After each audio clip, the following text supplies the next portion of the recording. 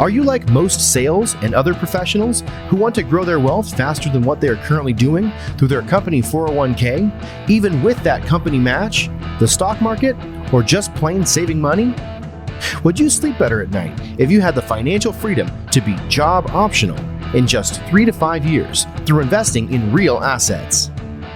Maybe you don't want to stop working, but wouldn't it be cool if you could retire a decade earlier than most and do the traveling you and your family have planned for years while you're still young and can enjoy it? Let's face it, most busy professionals don't have the time or desire to take on more work outside of their W-2 to grow their wealth. On The Wealth Flow, each week we share the stories, the investments, and take a deep dive into the various asset classes that can deliver that accelerated growth to your portfolio passively. That's right, no extra work for you. Instead, we'll put your money to work. Learn what the 95% aren't talking about and join the top 5% of earners today on The Wealth Flow.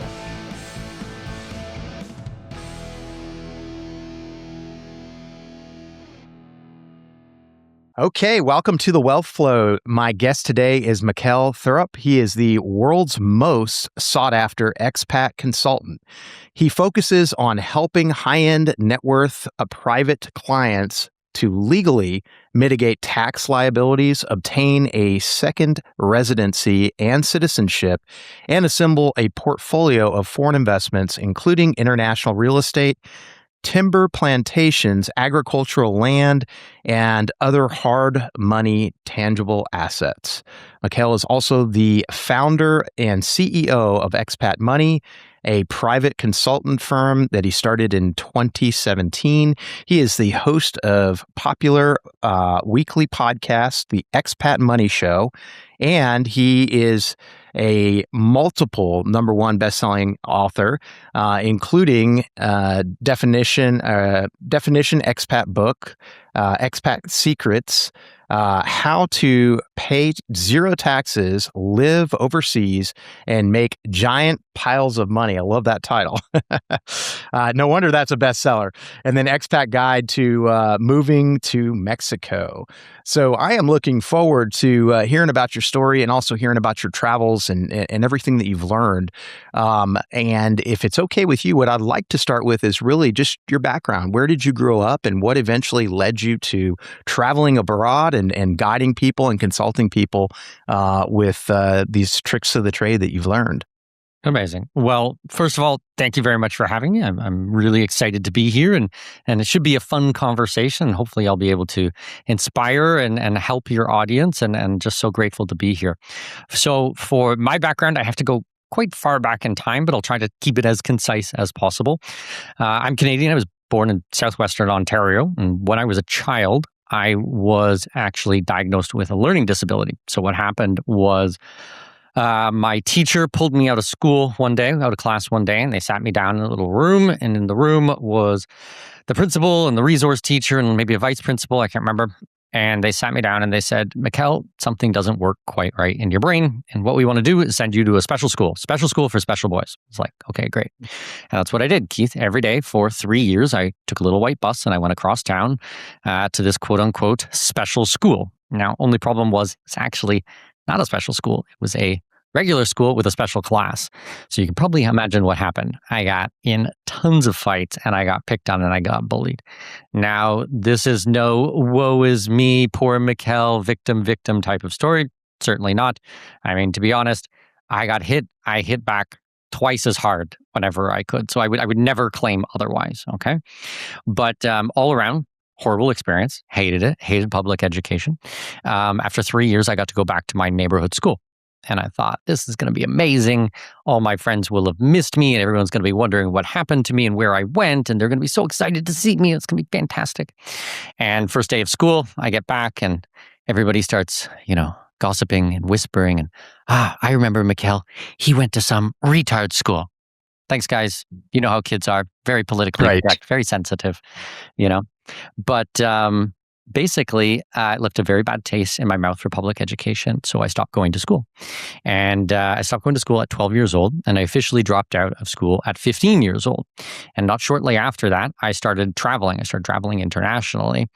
And when I started traveling internationally, I realized that there's actually not only one way to learn things or one way to go about things, because there's many different ways than I was taught in southwestern Ontario to go about this. And I realized as a teenager that I found my people, them's my peeps. I was super excited. And I decided to dedicate my life to exploring the world and seeing. So fast forward now, 25 years later, and I have been traveling nonstop for 25 years straight. This is my 25th year. I've traveled to about 120 countries. I've lived in 9. I've circumnavigated the globe over 400 times. I work in this field. I help people professionally move offshore. So I'm an offshore consultant. My family is on this level, so I have it on the personal level. For example, as I said, I'm Canadian with Danish heritage. My wife is from mainland China. We met in Germany. We got married in Africa. Our first child was born in the UAE, our second in Brazil, our third in Chile, our fourth in Mexico. So all my kids are born in different countries. We speak 4 languages in the house. We own real estate in 10 different countries. We're, have bank accounts all over the world. So I do it very much on the family level. I do it on the hobby level my entire life. And hopefully what you guys, if nothing else, pull from today, I am still so passionate about these things, even after 25 years. I love talking about it. I'm very excited to talk to you today about all of the fun things and investing overseas and what that looks like. But to understand me is to definitely understand kind of where I come from and a non-traditional path into finance, and investing internationally. Yeah, that's pretty amazing. Just the fact that you've lived so many different places, but also to have kids that were born in each one in a different country, it seems. So, how did you have the money to travel back after you left school and decided to start traveling? Good question. So I will also point out my quote unquote learning disability was dyslexia, which we now know in the 2000s, it's not really a big deal, but 1980s, right. It's like the end of the world. For sure. This kid got dyslexia. And so horrible, horrible thing. Actually, we know now that there's people who have, run some of the biggest companies in the world who also have dyslexia. So what happened was when I left school, I just started working at whatever odd job I could. And I was, working at grocery stores. I was working in farmers' fields since I was 12 years old. I was doing anything I could in hospitality. I was collecting money. And I had an opportunity. I did martial arts at a very, very high level as a child. From 6 until 17, I was very high level in martial arts. And now my kids are as well. They compete internationally and stuff. And I had an opportunity to fight in Ireland at an event as a teenager. And I went with my father. And it was interesting because he had always told me growing up, traveling was the best thing he ever did with his life. And then I got to see him and I was like, hey, Dad, you were right. Travel is the best thing. So as soon as I had gotten back from that trip to Ireland, I started working at whatever odd job I could. I took every single penny I could and I plowed it into travel. And so I took I guess my first trip after the Irish trip, I did 4 or 5 months in Western Europe and North Africa. Then I came back. I lived in the ski resorts. I saved up money in the Western Canada in the ski resorts. Then took 18 months and hitchhiked through Central and South America, hitchhiked and backpacked through there. Then I was 4 years in the South Pacific. I was just working and working and working. And then probably I would say after about 7 years of just travel, I started getting into personal finance. And then that's when I started really getting into wealth. And it was like, okay, instead of trading time for dollars, what can I buy that's going to produce cash flow that I can now use to support the travel lifestyle? So it started from very humble beginnings, but, over 2.5 decades has kind of compounded and now is quite meaningful. Yeah, that's cool. And so at what point when you started traveling did you recognize the fact that, hey, I can actually invest over here?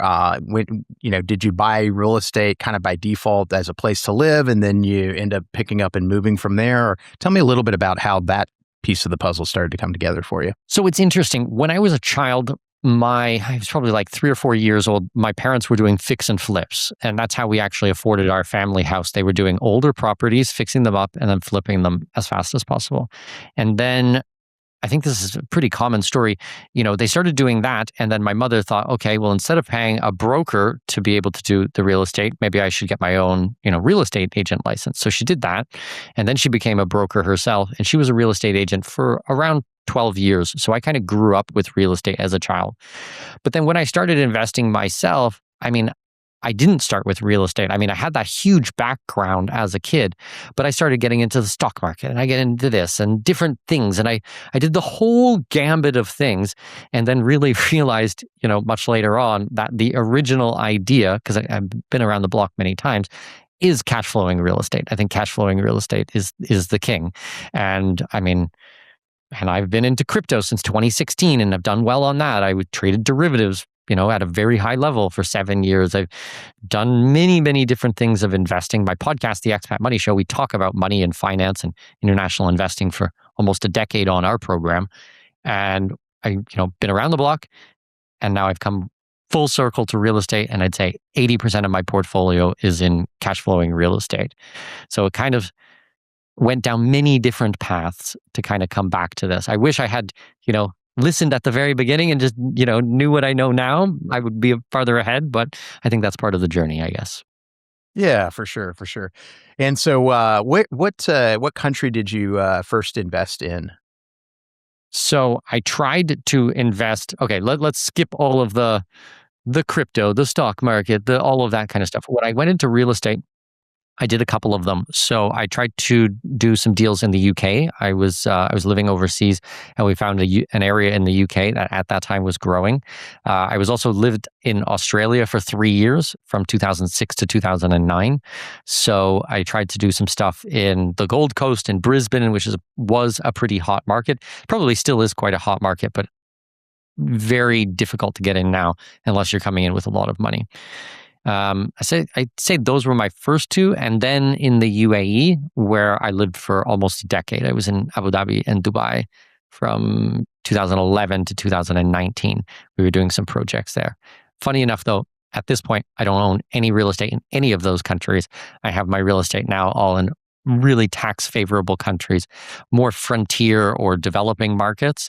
And that's where a lot of my work is focused, and where people come to me for and follow my work is kind of not on the early stuff. That was a lot of the mistakes. Now I learned from those, and I found much better options. Okay. Well, tell us a little bit about some of those options and kind of where you guide people to look, and what are some of the reasons behind that? Sure. So just literally on Sunday, I got back from leading an investors tour to Brazil. We went to the northeast of Brazil, where we've got a bunch of projects. We went and saw about 10 different developments there. I had a group of about 20 of my clients with me.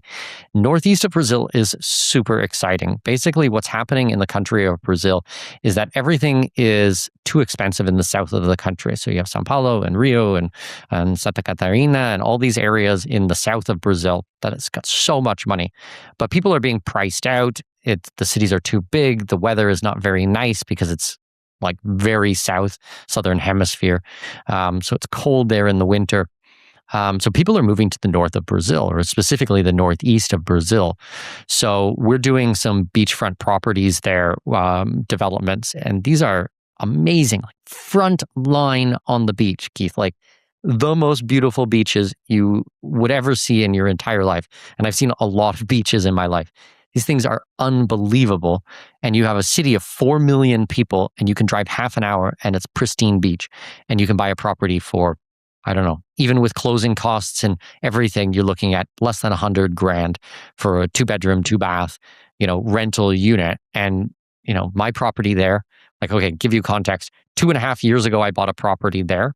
I paid $97,000 for it. It was like $3,000 in closing costs and $10,000 for furniture package. So somewhere around $110,000, $111,000. The property next door to me just sold for $193,000, identical property, and it was unfurnished in 2.5 years. And during that time, I've been cash flowing at almost 1% monthly. So I'm getting paid to hold it. And the capital appreciation is like, I did the calculation, it was like 94% or something like that in 2.5 years return, but it's like a little cash flowing machine. I'm like, this is awesome. So we actually write a newsletter at BrazilBeachfront.com talking about what's going on in Brazil and all the economics there, because it's a BRICS country. It's the B in BRICS. If you guys are reading anything about de-dollarization and the world using less and less US dollars around the world, what's going to happen next? I want to be able to capitalize on that. I want to see where the trends are going. So the northeast of Brazil is an area that I've really selected and highlighted and do a ton of research on. So I got 3 houses in Brazil right now, and I'm building a 55-room hotel in that area as well for my family setup. And then there's other countries. I mean, I'll kind of pause there. We can talk about Brazil if you want, or there's other countries I'm working, but that's an example, let's say. Yeah, what state in Brazil? Just out of curiosity. So it's like I'm in and around Fortaleza. That's kind of where I've really recognized. Okay. We have we're working with on our technology company with Sergepi and doing a data center out there. Nice. I haven't had the opportunity to travel out there with the company yet, but hopefully in September I'll have a chance. So maybe along on our next tour. We do a lot of tours around the world, and if it's in that area of Brazil, then we'll go and check it out with you, and we'll put them through the ringer and make sure everything is done properly. We ask a lot of questions. Perfect. What? Tell me a little bit about financing as well. You mentioned putting down having closing costs of 3%. Are you having to put 100% cash on these, or is there any financing options? So, in general, when you start looking overseas, financing is very difficult to get, which is a good thing, because this means that it's a cash market and that there's a lot of renters out there, because although there is a growing middle class, and in everywhere I'm looking for a growing middle class, everywhere, like in Canada and the US, middle class is just getting squished, right? But in these developing countries, the middle class is just going through the roof. So they can rent and they can pay a premium, but maybe they're not going to be buying their own unit right away. Or maybe they're buying their primary residence, but they're not going to buy their beach home or something like that. So they'll pay a premium out there. So I try to position it as properties that clients can actually afford. So at $100,000, is not a big deal, especially we're doing mostly pre-construction, and I'm very aggressive with the developers I work with on the schedule of fees, the schedule of payments. So really, like for me, if I can wave a magic wand and structure a deal, what I like to see is 10% at contract signing, 10% at breaking ground, and then 10% 6 months after that. And then nothing for the entire time of build cycle. And then say a month before the project is finished, before they hand over keys, the remainder balance. So in this example, you might be looking at like 10K, and then 6 months later, another 10K, and then 6 months later, another 10K. And then the remainder $70,000 balance, when you're actually getting the keys and you can start renting the property out. That's very manageable. So it's not financing, but it is a very, very gentle 2-year. And a build cycle for us is 18 to 30 months, but I'd say more typical is 24 months. 12 months to prepare the land, get the permits, do everything like this. 9-10 months to build it, and then a month or 2 to furnish it and get the electricity and everything turned on. But around 24 months.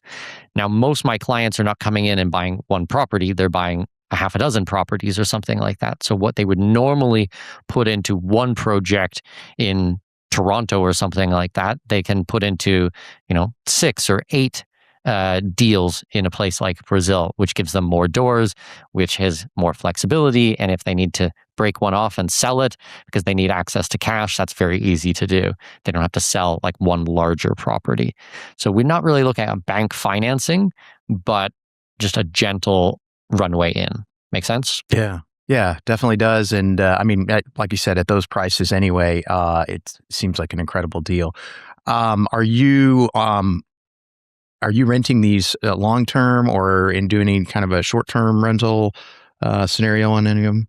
So good question. So clients who come to me, first of all, I work as a consultant. So I help people with their immigration, with their tax, and with their investment. Basically, we're moving their finances and their structures offshore. That's the commonality between all of us. So people come to me and they want to get out of the stock market, and they got $5 million or $10 million or whatever it is. And we're building out a portfolio for them of international real estate. So we'll probably select anywhere from 3 to 5 different countries that we're going to work in, and we're going to stack the things. So I don't want, $5 million only in beachfront real estate. Okay. If something happens to beachfront, that's going to leave us very exposed. So we usually do some beachfront. We do, beachfront is going to be the short-term rentals. Then we'll do some city stuff, which will be more long-term rentals. We do some offices, which are like really long tenant agreements, 5-year, 10-year contracts, lower yield, but very high occupancy. Like I said, 5 years at 100% occupancy is fantastic. We do a bit of commercial. We have some mountain properties. We're constantly looking on different things, but it's not looking for one thing. It's a mixture. And then we're looking at the overall risk profile of the portfolio and the geographic and geopolitical risk of the portfolio, and then balancing it out. Most of the portfolios are making, let's call it, 9 to 10% cash on cash return, plus capital appreciation, plus our unrealized gains, where most countries we're working in are between 5 and 10% capital appreciation annually, and probably 30 to 50% capital appreciation during the build cycle. So you kind of add that all up, and we're doing, a solid double-digit returns on these types of portfolios. And the nice thing is, the client controls everything, okay? They know exactly what is there. They know what's on the balance sheet. These are not some funny companies. You have no idea what's going on behind the scenes. There's manipulation. It's like, no, these are real assets, titled properties. We know what's going on, but it is the same kind of thing that someone might build a diversified stock portfolio. We're building a diversified cash flowing real estate portfolio. Yeah, that's great. What are there any other advantages beyond the fact that you can, obviously, it sounds like purchase an amazing property for a very obtainable, inexpensive price? Any other tax benefits for investing, like specifically in Brazil? So tax benefits, not necessarily. I mean, we do everything in a tax efficient manner, and we are constantly filing our taxes and our reporting requirements back to your home government. I'm not a lawyer, I'm not an accountant, but I have lawyers who work for my company. Our team is 30 plus people, so I have full-time lawyers. So we're compliant with all these things. The benefits, Keith, are not so much the tax benefit of investing in the country. The tax benefit often comes if you leave the country.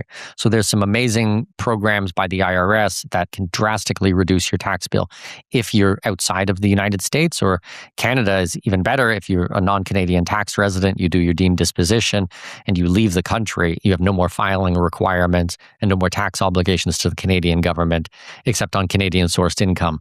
So, you can get out of Canada. The secondary benefits of our work is that we're able to often secure a second residency or a second citizenship, a second passport by investing in these countries. And that is quite meaningful for my people because they are not just looking to invest overseas, but they want to have the optionality of having a plan B and a second passport and a second home. And, we often do fun things like we'll have a lock-off closet. So they'll have a suitcase in there with clothes and, so you don't have to travel back and forth with all of your stuff. And, we try to find places that are fun. So they're lifestyle properties. Like, I love the beach. Like, I think going to the ocean is amazing. And like I said, I got 4 kids and my kids go crazy for going to the beach. So, it's great to have these types of properties. Now, this is not individual tax advice, and all investment contains risk, and et cetera, et cetera, et cetera.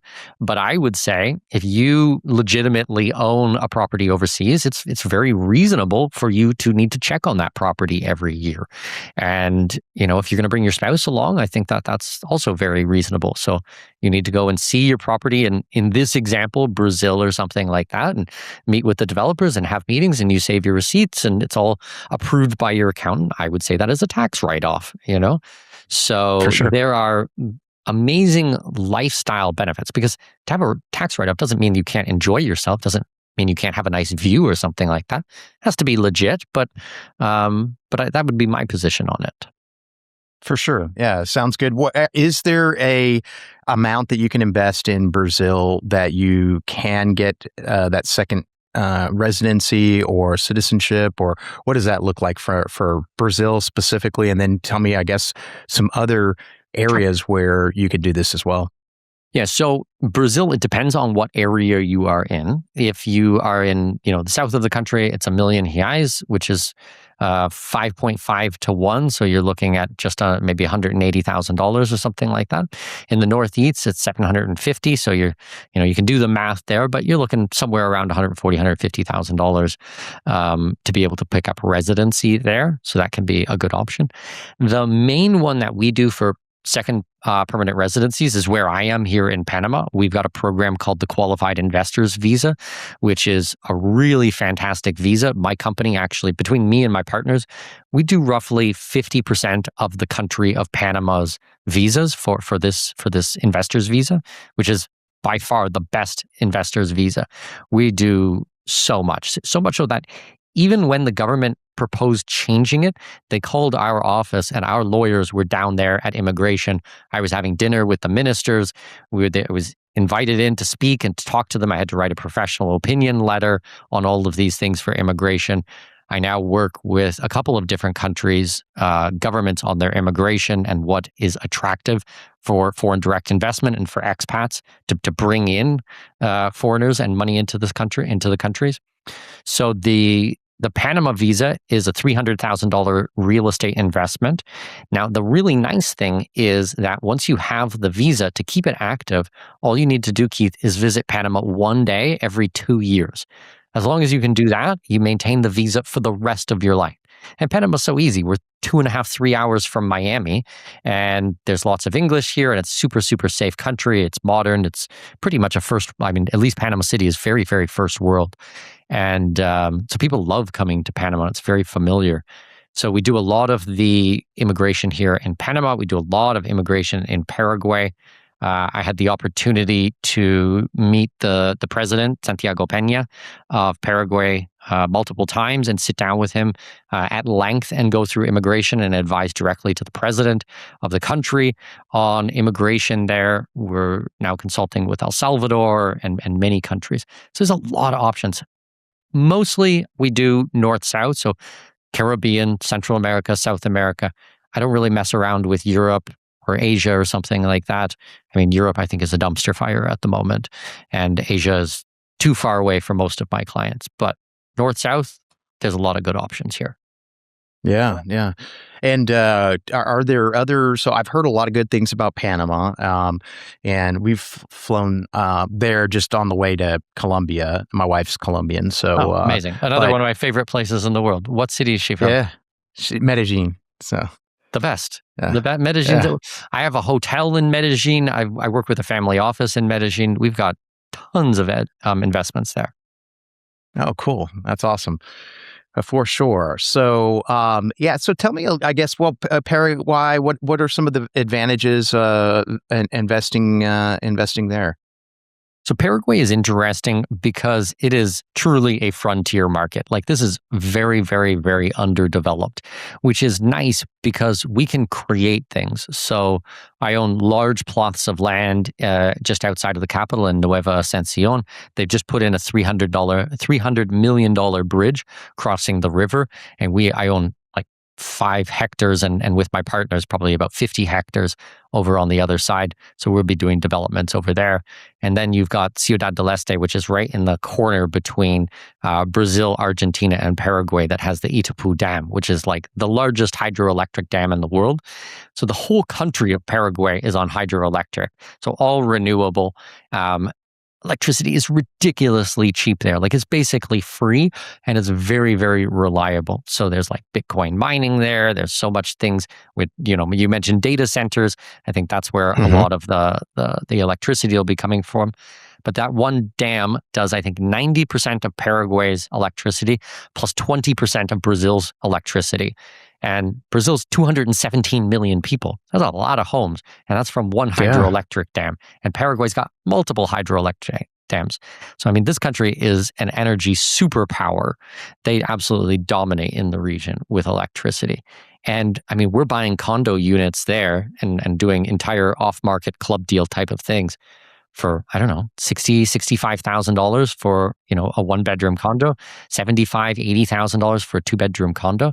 And my partner is from Spain, so he's bringing these concepts from Madrid and, very trendy, very modern architecture and bringing it to this developing country. Like, we're killing it there. It's amazing. And the people love the product. And, our occupancy rates are so high. And we're buying in at very low prices. And it's just like people are flocking to the area. But you can't do that back home. I mean, everything's overregulated. It's overtaxed. It's too expensive. Down in Latin America, you have a massive advantage. For sure. And I think, even having to do cash for a lot of these, that also helps keep the pricing, more in line with where it should be. Otherwise, if it's all, if interest rates go down, prices go up, and it kind of fluctuates from that standpoint. So that's really cool. What are some other countries that you're investing in, and areas that maybe are unexpected, wouldn't be something that would normally come to the top of one's mind? So the main countries that we're investing in, or I'm personally investing in heavily right now, are Brazil, Paraguay, Panama, Colombia, as you mentioned. I love Colombia. I think that there's massive opportunity there because of a really negative past, things that happened 40 years ago, which are not present at all anymore. And so it's this perception versus reality. I think Colombia has some of the nicest people in the world. I love their Spanish. I speak Spanish, and the Colombians have the best Spanish ever. They're the most hospitable people because of this negative past. They want to show you how awesome they are. And it's like, you meet them and they just give and give and give. So I love Colombia. I go for a weekend to Medellin and stuff because it's, 55 minute flight or something like that. So we're invested heavily in Colombia. And we're doing some things in Costa Rica. We just picked up 130 hectares of land in Costa Rica, in the mountains, about 45 minutes outside of San Jose. We're doing a big 400 home development there with some partners. Where else are we doing? We do a little bit in Nicaragua, which is definitely contrarian. I will give you that. It's outside the box. Nicaragua is an interesting one because, I mean, geographically, they're, in North America, Central America, but under sphere of influence, it's not under the U.S. sphere of influence at all. So it's very different investing in a place like that. But we've got a development there. It's cool because the coastline is identical to Costa Rica, except the prices are like 1/4 the price. So you can get so much more for so much less money. Costa Rica has an amazing reputation, amazing brand, but it's expensive. Like, it's so expensive there. And, even acquiring the land was like, made me go, oof. Like we could go, we could take that money and go a lot further. But Costa Rica is a brand, just like Switzerland is a brand and other countries have a brand. So I guess it's a value proposition of what you're getting in the utility, where I see Nicaragua as great utility, but maybe not a good designer brand. Let's put it that way. Yeah. And is it fairly safe in Nicaragua as well? Interestingly enough, statistically, not just anecdotally, but statistically, Nicaragua is the safest country in the Americas, with the exception of now El Salvador, which was the most dangerous country in the world and now is one of the safest countries in the world, with, I think, a murder per capita of 100,000 is 2.4, which is like really, really low. So Nicaragua is also very, very, very low. It's safer than Costa Rica, for example. Okay. And on some of the countries that you've mentioned, or maybe all of the countries, Is ownership the same, or what are some of the things that you have to look for when it comes to that? I know in certain countries, it's leases and different things. So maybe not the countries you've mentioned, but just if you could give the audience kind of an idea as to what that looks like. Yeah, 100%. And let me just close out the thought on Nicaragua. I mean, I'm not supporting the Ortega government or saying Ortegas are bastions of freedom or anything like that. I'm saying it is a very contrarian play, but an interesting one that we're putting a little bit of money behind. Okay, to your question. So the countries that I work in, I only do title deed. I do not do leasehold. I do not do fiducia como, Mexican bank trusts. I don't do 20-year leases. I don't do any of that kind of stuff. I do title deed, otherwise known as freehold. These are the strongest laws we have for property ownership. You own the asset directly, and ideally, we are structuring it in some type of a trust or a family foundation or a corporation, so we don't have to go through the court system or probate or estate or planning or anything like that. We can list our beneficiaries right there. But you own the land, and I don't do federal land. There's like 1,000 things I don't do, Keith. Like I have a really narrow list of what I'm looking for. I have a 40-point checklist of any project that I'm looking through. And this is kind of a proprietary thing that, helps me with deal selection because I get an immense amount of deals that cross my desk and I have to say no to a lot of them. But yeah, no, title deed, you own it directly and you own it forever. And that's the way it should be. Okay. And what about insurance, that kind of thing? Things that you would normally put on properties, is that all readily available? You have some kind of protection from that standpoint? Definitely. We still insure the properties. The big difference is, though, that the insurance costs are much, much less. So let's take Panama for an example where I live. We have first of all, geographically, Panama goes east-west. It doesn't go north-south, okay? So we don't get any hurricanes here or anything like that, where there's other countries in the Caribbean or Puerto Rico or things like this that just get walloped by hurricanes every year or every 4 years or whatever it is, right? Panama goes east-west. So insurance companies have a lot less risk. Now, we also get a little bit of tremors here, but we don't have hardcore earthquakes or anything like that. So there's no damage from that. So insurance costs are maybe, $30 a month, $50 a month or something like that, which is nothing. It's really peanuts, And then because we're doing new construction, pre-construction and new builds, the property's under warranty as well. So in most of the projects that we're doing, superficial things you have a warranty up to 12 months, but structural things, you have anywhere from 5 to 10 years for structural. So if there is a problem with the building material, if there's a crack in the concrete or something like that, the developer is responsible for it to fix any of these things.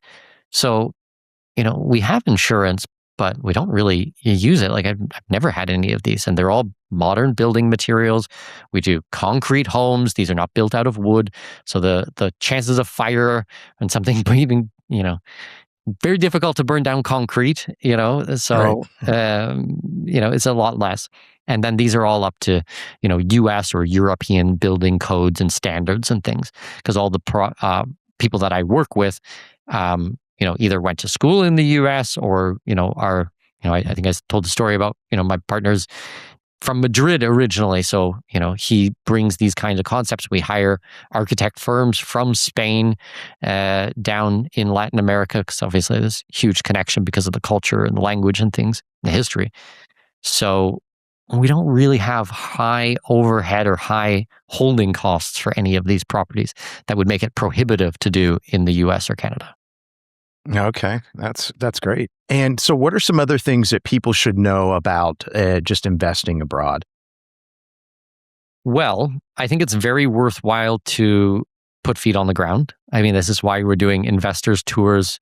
We do probably a dozen tours to Panama a year. We do a couple trips to Paraguay, Brazil, all the countries that we work in, we're doing trips. I've got a trip to Colombia, November 30th to December 6th, where we'll take 25, 30 of my clients down there to look at properties, to invest, to learn about the taxes. We meet with the lawyers, the bankers, everything like that. And we spend all day, breakfast, lunch, and dinner together every day. And we're going and viewing everything, 12, 14 hours a day for 7 days straight. So I definitely recommend going and seeing things. If you can come with a tour with us, amazing. If not, go by yourself. I mean, you gotta see who's involved and what the project is. Everybody I work with has very long-standing relationships. I've worked with these guys for years and years. Mostly they are family offices who have a real estate development arm, or a wealthy family who has a development arm of their business. You can't go to Keller Williams or Remax or something like that to get these deals. These are club deals or off market. That's why we're able to structure such attractive pricing.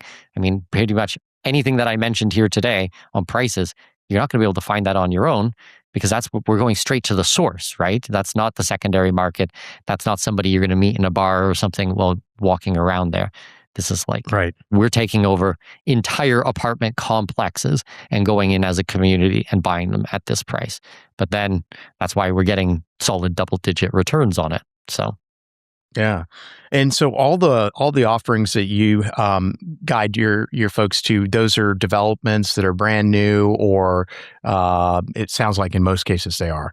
Correct. Yeah. So we kind of have, I work as a consultant, as I said. So we have three kind of levels. We've got a do-it-yourself. We provide all the information. We provide all the contacts. It's a paid membership.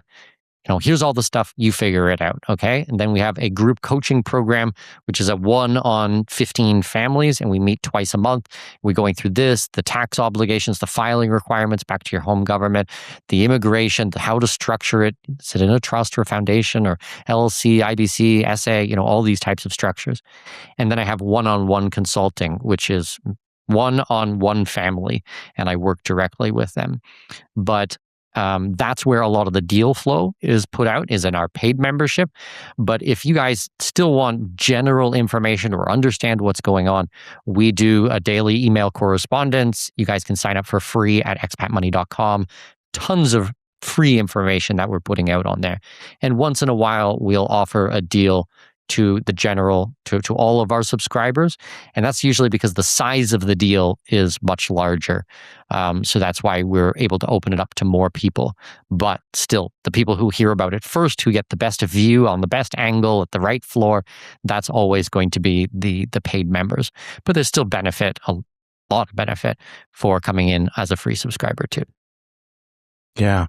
What about some tax benefits on investing in some of these various countries? Are there any specific ones where, are there any particular tax benefits that I know in Brazil the example was more wasn't specific to that, but is there a way to structure some of this where maybe the income coming off of it, you're not paying as much on taxes, or maybe you are, and what's the obligations from that standpoint? So we have to kind of differentiate between, are you a U.S. tax person? That's a good point. Or are you the rest of the world? And are we talking about U.S. tax obligations, or are we talking about the tax obligations of the country that we're investing in? Are we talking about the tax obligations of the country that we're structuring in, or you have a second residencies or citizenships? It gets ridiculously complicated. I mean, that's why I help people through this. In general terms, I will just preface this by saying, if you're an American tax person, you have a legal requirement for paying taxes on your worldwide income, no matter what. I mean, you have to file everything. There's deductions and there's different tax programs you can go through to legally reduce, but you have to tell the government everything, no matter how you've structured it, where you're investing, where your money is. If you're making money, the IRS wants a bite of your apple, okay? There's no way around that, all right? So super duper clear on this. Now, in the countries that we're investing in, let's take a tax advantage structure like Panama. So Panama does not have a capital gains tax. So you buy a property for, $100,000 and you sell it for $200,000. There's no capital gains tax on that delta, okay? What we have instead is a transfer tax. Transfer tax is 5%, okay? Now that's 5% of the value of the property. That's on everything. So it's not like this progressive sliding scale type of things. Now we have some ways to reduce that as well on individual situations. But even on the income tax, let's take Panama as a continued example. If the property is generating less than $36,000 in revenue, well, there's no tax obligations for that. So what we're trying to do is buy properties so even if you had a $300,000 property and you're cash flowing at 10%, which is a good amount for Panama. I mean, that's a high amount for Panama, I would say. I mean, you're going to be generating $30,000. Well, there's no tax on that. So it's better to buy, three $300,000 properties than one $1 million property, and you have more doors, you're spreading out your risk, and your tax obligations are drastically less. So I like investing in tax favorable countries, like Panama, Costa Rica, and Paraguay, and a lot of these countries. And then when you add in that there's no personal income tax here for foreign sourced income, meaning that if the money is made overseas, if it's made in another country, then there's no tax for you inside the country. Okay. So if you're a consultant or Amazon FBA or drop shipping, or you work for a foreign company, or you have your own business, or you do anything online, there's no tax for you in the country. So you can live in Costa Rica and you can do business around the world, or you can have real estate in other countries and you remit the money to Costa Rica. Costa Rica doesn't care. That's in their tax code, Panama's taxes are done at the constitutional level. So it's not just a new administration who's going to come in and muck around with the taxes. And one day it's there and next day it's not. So this is the Constitution. It's a tax-free country. I like this. Yeah, for sure. What about some other benefits from the standpoint of just if, let's say, you are not planning to stay in the U.S., example for myself, if at some point, I said, hey, I'm gonna explore other countries to gain residency in, and what are some that you feel are attractive for your clients?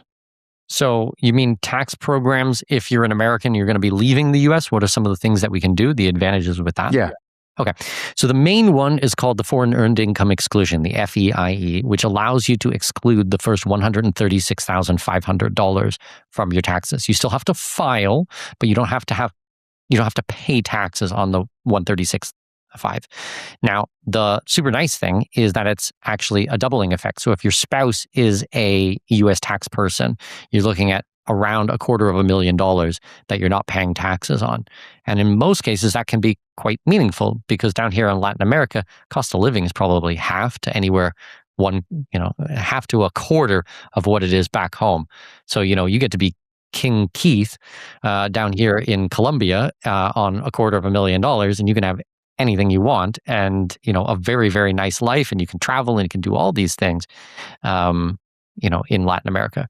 So that can be huge. Now, there are qualifiers. You can't claim this and still live in the U.S. There are prerequisites, and you have to follow them, and you have a certain facts, and we need to change your facts to make sure that you qualify for it.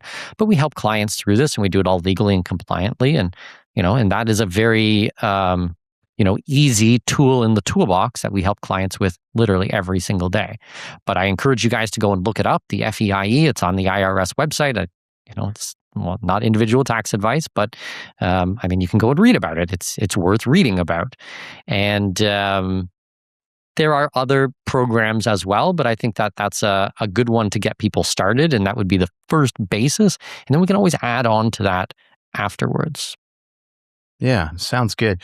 Well, this has just been really, really interesting. And it's a great service that you're providing, just sharing this information with folks. How can people, Mikkel, find out more about your company, more about you, and hear maybe be on the list for some of these travel, times where you're touring different properties? I'm going to see about the one in Colombia that you have. We usually go a little later in the year to be over there for Christmas and New Year's and stuff, but we'll see. Maybe we'll change it up this year. That'd be amazing to have you. So the number one place that people can find us is if you go to expatmoney.com. Highly suggest signing up for the newsletter. That's where everything happens. We put out a ton of fresh content on the newsletter. You guys can also check out our other other newsletters. The BrazilBeachfront.com is our one on Brazil in general. And then we have another one called Paraguay Potential. I'm very bullish on both of these countries. So those are specific. They're twice monthly newsletters. We don't charge for them, but they're really in-depth analysis. They're quite fun. We tell a lot of stories. I've visited these countries many times and spent a lot of time there, and basically follow along as I'm putting in, multiple millions of dollars of my own money into these countries, what that looks like, trials and tribulations, and how we're overcoming them, and successes we're having, and everything like that. So yeah, expatmoney.com, BrazilBeachfront.com, and ParaguayPotential.com. And if you guys also like podcast, if you're listening to us today, then, wherever you're listening to us, search for Expat Money or Expat Money Show. Our program's been going for almost 10 years now, 9 years, 10 years, something like that. Hundreds of episodes. We've had huge guests. I mean, at this point, we're pretty OG in the space for the podcasting, and especially for the alternative investments and investing overseas. I think we're probably the most well-established show out there. Perfect. And this has been great. I appreciate you being on the Wealth Flow. And I have two other questions that I ask every guest. One would just be any advice you might give somebody who's just starting out in their investment journey. Ooh, this is a good one. So collect assets. All right. My daughter's 9 years old. My first child's 9 years old, and she likes Pokemon, and she collects Pokemon cards. There's so much to be said about that, all right? What you need to do if you're starting out in life is collect assets. Collect assets that are going to cash flow for long periods of time, okay? Ideally forever. I mentioned, we're doing concrete homes. Concrete homes, if well-maintained, last about 200 years. 200 years is good, You can replace the windows, you can replace the doors, you can replace the sink, things like that. But the structure is going to last 200 years, and you own the dirt. That's going to be with you forever. So you pass it on to your kids, your grandkids, etc.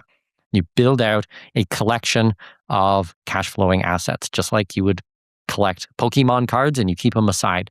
And that's it. You don't sell them. You just build and build and build and build. And I think if you can do that and you do it for a long enough period of time, you will become ridiculously wealthy. For sure. I think that's great advice. How about a book recommendation? Doesn't have to be real estate related, but it certainly can be. Just something you've read that's been impactful. I'd say one of the most impactful books of my life was Mindset by Carol S. Dweck. So I don't know if you guys have read this book, but this book is amazing. So to kind of bring it full circle, as I said, I was dyslexic, and I was diagnosed with a learning disability. So I was gifted with a learning disability. So I had an extremely high IQ, but I had this piece in my brain that didn't work the way as everybody else. And so I kind of grew up thinking that, hey, if I'm so smart, well, then why can't I read and write at 8 years old or 9 years old or whatever? And if I'm so smart, then I shouldn't have to try at things. It should be coming natural for me. So it was this negative feedback loop where I was told one thing, but it didn't rectify. And I remember I was traveling through South Korea. I've been to North Korea and South Korea, but I was in South Korea, and I was reading this book maybe 20 years ago. And it was like a light bulb moment for me. And it was like, this growth mindset, being able to look at things and put in the time and the effort to learn something, and being open to these ideas instead of this fixed, negative type of mindset. So that was a huge book for me in my life. And I highly recommend people, if you haven't read it. And it's actually funny. I was thinking about it this week because we do a book club at our company for our team. And it was either this month, I think it's this month's book for all our general staff. So I'm looking forward to hearing all their feedback about it. But Carol S. Dweck, The New Secrets to Success, I think it's called. New Psychology of Success. And very, very well worth reading. Okay, perfect. I have not had that recommendation, so I'll have to put that one down for myself as well. Well, Mikkel, this has been amazing. I appreciate you being a guest on the Wealth Flow, and I think we'll call it a show. Amazing. Thanks so much for having me, Keith. I appreciate the opportunity. Absolutely. Thanks. Being that you're still here, I trust you found value in this episode. I personally wish I would have known these guests and strategies when I started my wealth creation journey.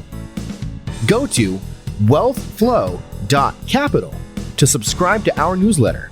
And as a free gift, we will send you our quarterly market report and the top 10 things to look for in an investment opportunity.